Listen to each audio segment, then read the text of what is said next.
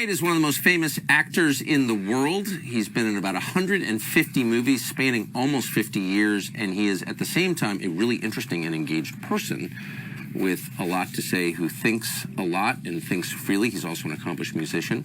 But he has a project coming up that you probably ought to know about. We thought it was definitely worth telling you about, and so we're grateful that Dennis Quaid is joining us on set right now. Thank you for joining us. Thank you, Tucker. I'm so glad to be here. So, I mean, I could ask you a million questions, but I want to get right to the project that's coming up right now about our power grid that you did. Can you just give us a quick overview of what this is and why did you do it? It's called Grid Down, Power Up, and it's about an issue which concerned me really for quite some time. They did a segment on 60 Minutes about this, but basically there is a 100% probability that our sun generating what they call it, which is a solar storm, that hits our Earth and the magnetic field that we have around the Earth, and can fry everything that is electric above the ground, including our entire grid. And this would happen organically, naturally? That's just what the sun does? It has happened. There was they call it a Carrington event, which happened in, I think it was 1859. And at that time, basically, we had telegraph lines as far as electricity goes. And it fried our entire telegraph system.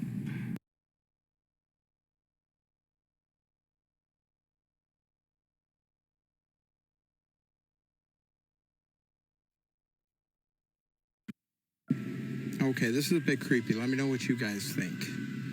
So, why does NASA have all these old school cars? My thoughts are, they're cars without computers in them. All from the 1970s. They're preparing for an EMP blast. What's odd is they're not just old school NASA cars. Here's a news car. They have a whole fleet from NASA vehicles, semi-trucks, ambulances. Perhaps this is where that $50 million a day budget is going. Because we all know it's certainly not getting us into space. Pictures of CGI videos and apparently old school cars. They're using them for. Question everything, friends.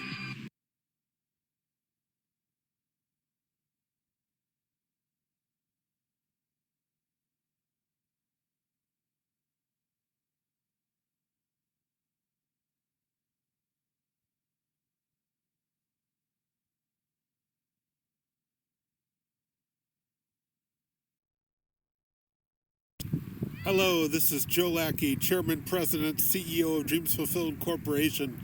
We continue to help the Fortune 500s do better with excellence. How many billions of dollars can we save you or your customers with expertise that transcends Fortune 500 experience? Well, that's what we've been doing here at the Dreams Fulfilled Corporate Operations Center. We continue to help Fortune 500s that are struggling with various broken release processes. We've been working all consulting gigs. We actually an AI system that broke. The AI was released, and this caused a serious problem for the company that did the release.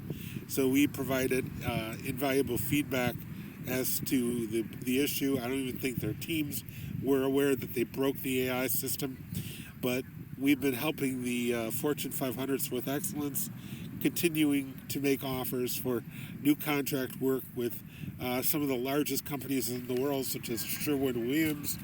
We also have an offer out there with JLL, as well as Boeing and General Electric and General Dynamics, and many of the other large Fortune 500s.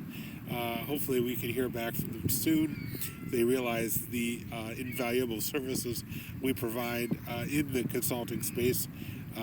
Like I said, lots of times these Fortune 500s release and they don't realize what they're releasing, and it can create a huge problem for their customers. And that's where we intervene. We troubleshoot these problems and then provide invaluable advice to the customers that depend on us for our work because of shoddy programming and various other untested systems. The rush to release can damage product portfolios, and we have to continue to train the software project engineers not to allow this to happen, because obviously it can denigrate real estate valuations into the trillions of dollars sometimes. Anyways, hopefully everyone has a very wonderful week. The poor people up 1,300 miles north of me, up in the western New York area, they're suffering through some major snows right now. Major blizzard snowstorm is hitting the western New York area. We're here on the sunny shores of the southern Gulf of Mexico, enjoying the beautiful Florida weather. We're tomorrow, but it should pass relatively quickly, as it usually does here in Florida. And